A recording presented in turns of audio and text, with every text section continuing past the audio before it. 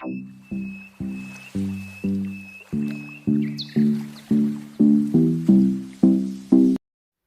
Friends, कैसे हो आप सब। आशा करती हूँ कि आप सब लोग बहुत अच्छे होंगे।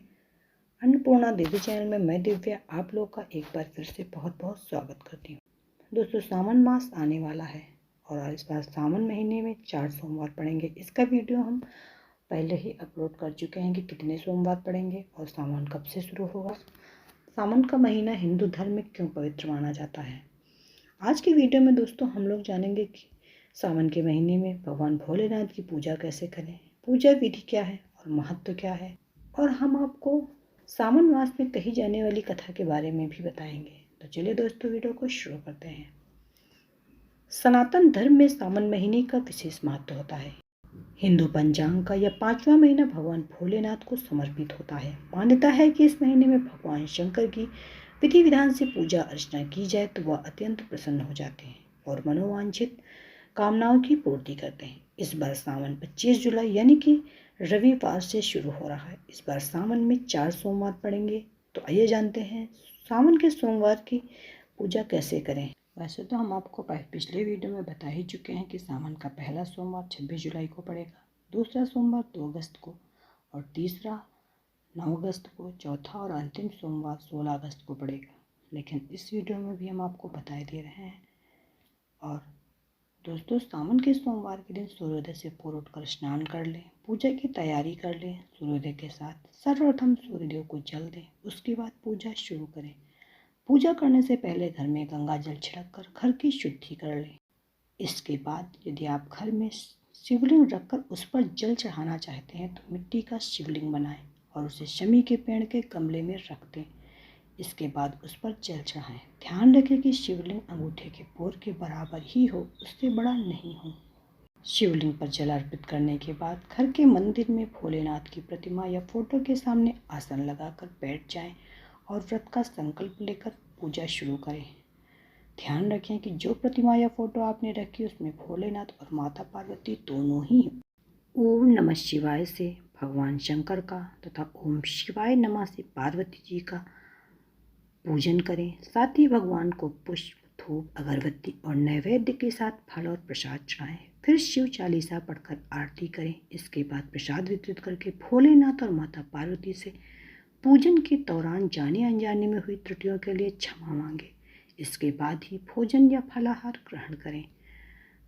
दोस्तों, सावन के सोमवार का व्रत करने से भोलेनाथ और माता पार्वती की कृपा व्रतियों एवं उनके परिवार के सदस्यों पर बनी रहती है।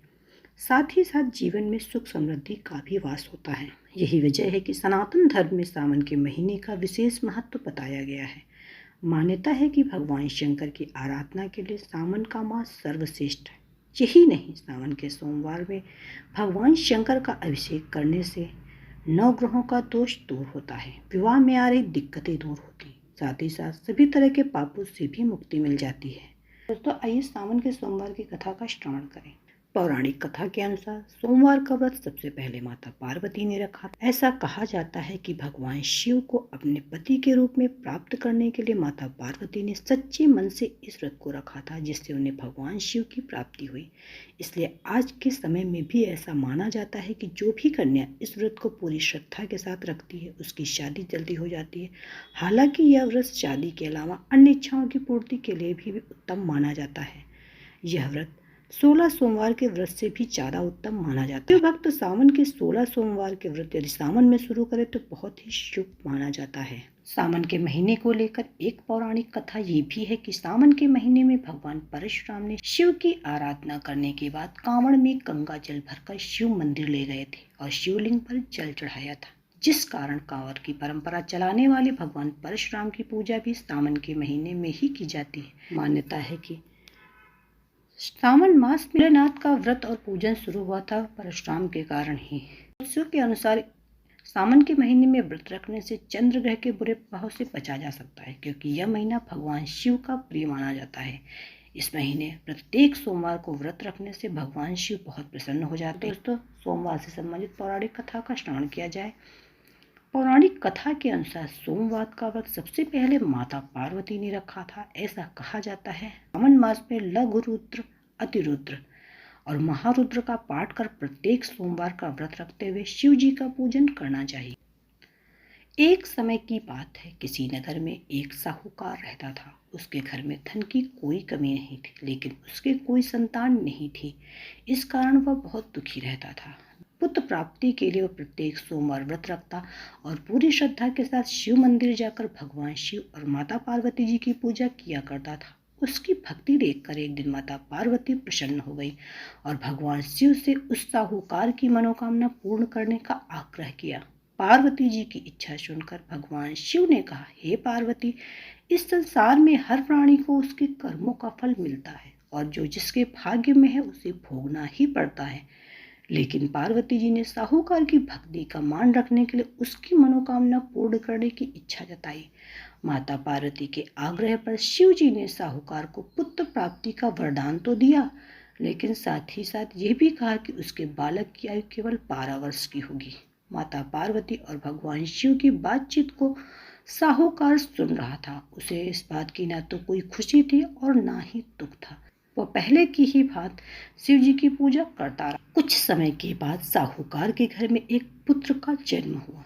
जब वह बालक 11 वर्ष का हुआ तो उसे पढ़ने के लिए काशी भेज दिया। साहूकार ने पुत्र के मामा को बुलाकर उसे बहुत सारा धन दिया और कहा, तुम इस बालक को काशी विद्या प्राप्ति के लिए ले जाओ और मार्ग में यज्ञ कराना।